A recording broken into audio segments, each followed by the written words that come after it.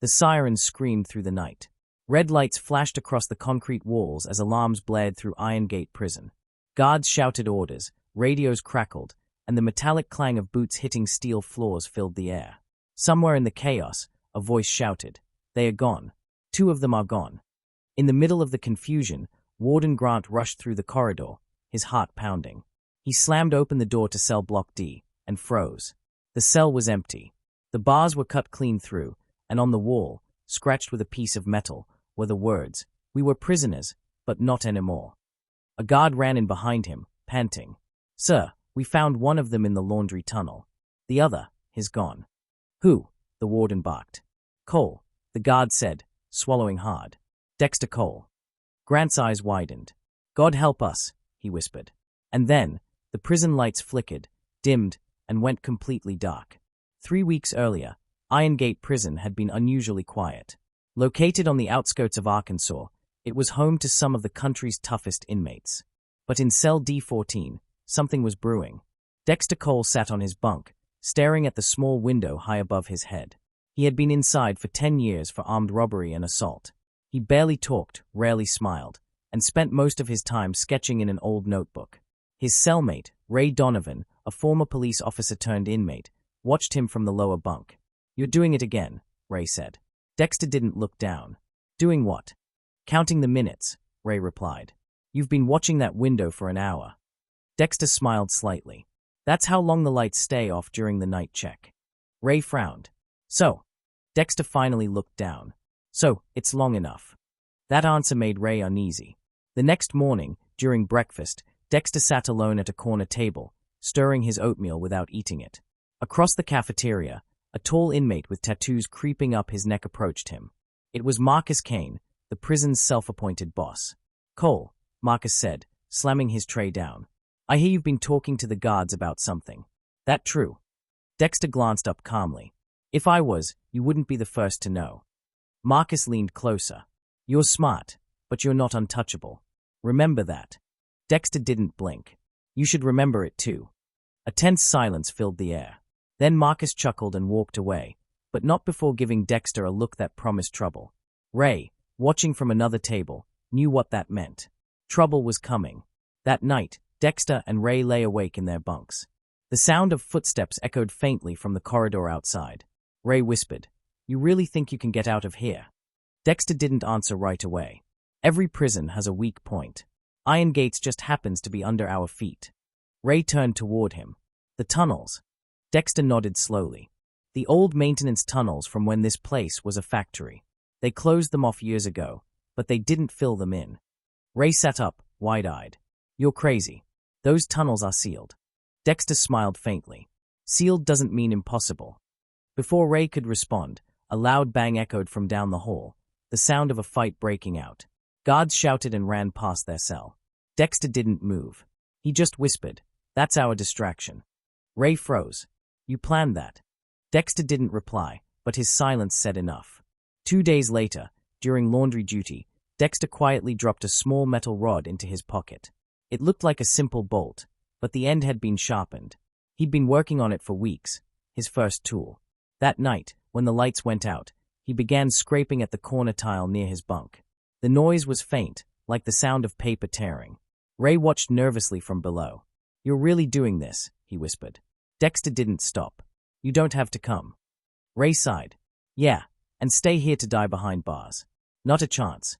Over the next week, they worked in silence, chipping away piece by piece until they reached the hollow space beneath. The tunnels smelled of dust and old oil. One night, Dexter pushed the last tile loose and peered into the darkness below. A faint draft of cold air brushed his face. Ray stared. "You found it." Dexter nodded. "We're going down tomorrow." The next evening came too quickly. At lights out, Dexter packed the few things he had: the sharpened rod, a flashlight he'd built from stolen batteries, and a piece of paper folded neatly in his pocket. "What's that?" Ray asked. Dexter paused. "A promise." They waited until the hallway fell silent, then climbed down through the hole. The air was cold and damp. Their flashlights flickered across rusted pipes and stone walls. "Which way?" Ray asked. Dexter pointed. "Toward the east wall. That's where the old drain leads out." They moved slowly, the ground slippery under their boots. Rats scurried in the shadows. After half an hour, they reached a heavy iron grate blocking the exit. Dexter crouched and began working on the bolts. Then, suddenly, a voice echoed from behind them. "You think you can just leave without saying goodbye?" It was Marcus Kane. He wasn't alone. 3 other inmates stood behind him, each holding makeshift knives. Ray's stomach dropped. "You followed us." Marcus grinned. "Been watching you for days, Cole. You dig the hole, I take the escape. Simple." Dexter's jaw tightened. "You'll never make it." Marcus laughed. "We'll see about that." He lunged forward. The tunnel exploded in chaos, shouts, the clash of metal, echoing footsteps. Dexter swung his rod, striking Marcus in the shoulder. Ray tackled one of the others, and the tunnel filled with dust and the sound of struggle. Then, a gunshot rang out from above. The noise froze everyone. Dust rained from the ceiling. Guards had found the tunnel entrance. Dexter's eyes darted toward the grate. "Move," he yelled, forcing it open just enough to squeeze through. He pushed Ray out first. As they crawled through the opening into the open air, floodlights burst on, blinding white beams cutting through the night. "Freeze," a voice shouted. Dexter and Ray stopped dead in their tracks. Guards surrounded them, rifles raised. For a long second, no one moved. Then, from the shadows behind the fence, another figure appeared. Marcus, somehow out before them, grinning. "Looks like I win, Cole."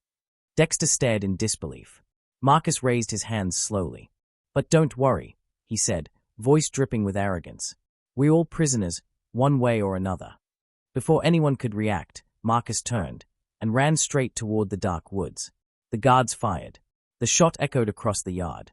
Marcus fell, but when the lights hit the ground, his body was gone. Only a smear of blood remained leading into the trees. The warden arrived moments later, eyes wide. "Where is he?" he shouted. No one answered. The alarms wailed again. And in the distance, the sound of laughter, faint, chilling, drifted from the darkness. The escape wasn't over. It was only beginning. And as Dexter was dragged back inside in chains, he whispered under his breath, "We were prisoners, but not for long." The morning after the failed escape, Iron Gate Prison was drowned in silence. The alarms had stopped, the lights were back on, but the tension in the air was so heavy it felt like the walls themselves were holding their breath. Dexter sat in solitary confinement, his wrists cuffed tightly, the metal biting into his skin.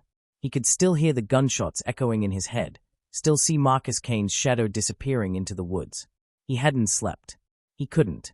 Every time he closed his eyes, he saw Marcus's grin, that twisted, knowing grin, just before he vanished into the dark. No body, no trace, just blood. And that was what scared Dexter the most. Marcus Kane was not the kind of man to die quietly. If he was still alive, he'd come back. The sound of footsteps echoed down the hall. The heavy iron door swung open, and Warden Grant stepped inside, his face tight with anger and exhaustion. "You've got a lot of explaining to do, Cole," he said coldly. Dexter looked up, his eyes tired but sharp. "You think I planned that? You think I wanted him gone?" Grant slammed a folder down on the table. "You think I'm stupid? You and your buddy dug a tunnel under my prison. You had to have help. Who else is involved?" Dexter's jaw tightened. "No one helped us." Grant leaned forward. "Then explain this." He slid a photograph across the table, a blurry black and white image from one of the yard cameras. It showed Marcus Kane standing by the outer fence, moments before the shot was fired. But behind him, barely visible in the darkness, was another shadow, tall, human-shaped, but not quite right. Dexter's brow furrowed. "That's not possible." Grant crossed his arms. "That's what I said. But the guards who chased him down there, they swear they heard something else moving in the woods. Something not human." Dexter laughed softly, though it lacked any real humor. "You're trying to tell me a ghost dragged him into the trees?" Grant didn't answer. He just stared at Dexter for a long time before saying quietly, "I don't believe in ghosts, Cole.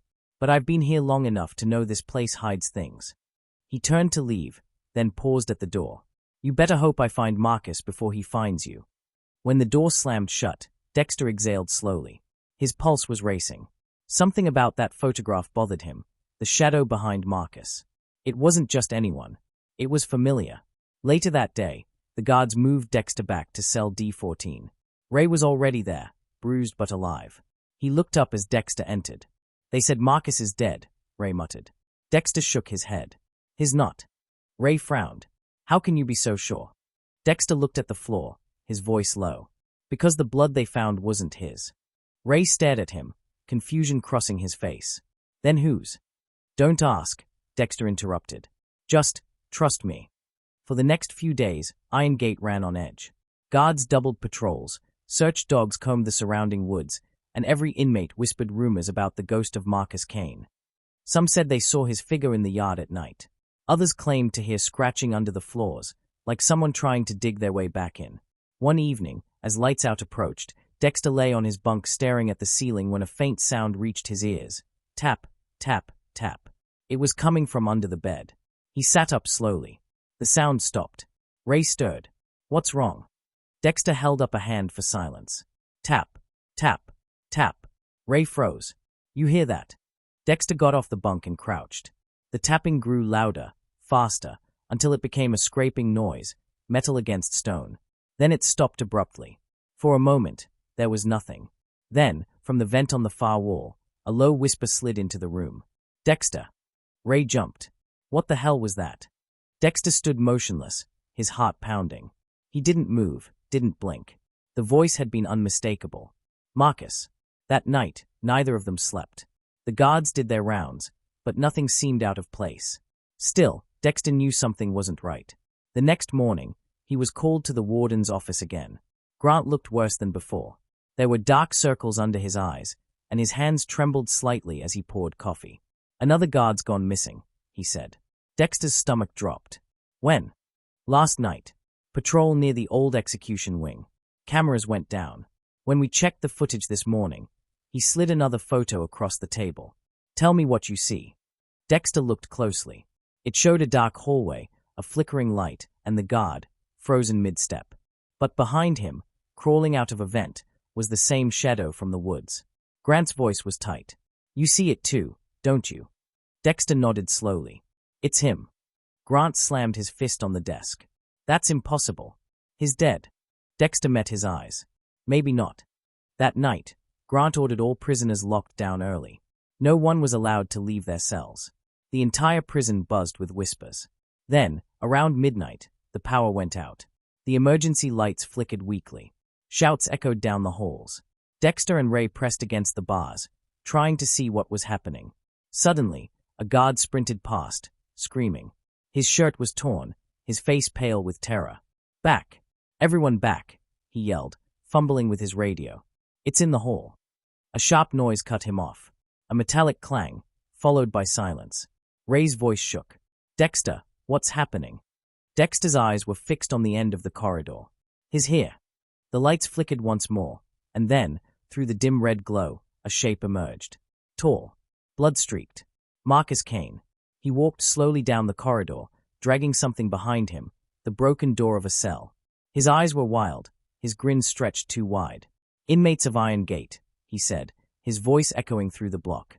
They called me a prisoner, but I'm free now. Guards shouted. Gunshots rang out. Marcus didn't flinch. He grabbed one guard through the bars and slammed him into the wall like a rag doll. The bullets seemed to do nothing. Dexter backed away from the door. Ray grabbed his arm. We have to hide.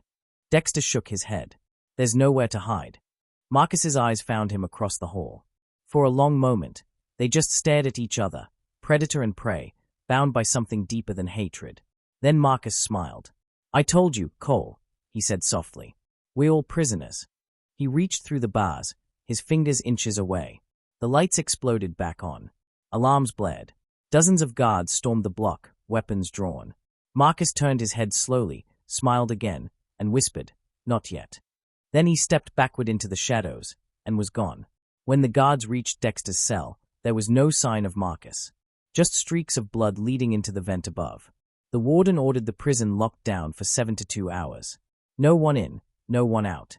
But Dexter knew the truth. Marcus Kane wasn't trying to escape anymore. He was hunting. And this time, Iron Gate Prison itself had become his cage.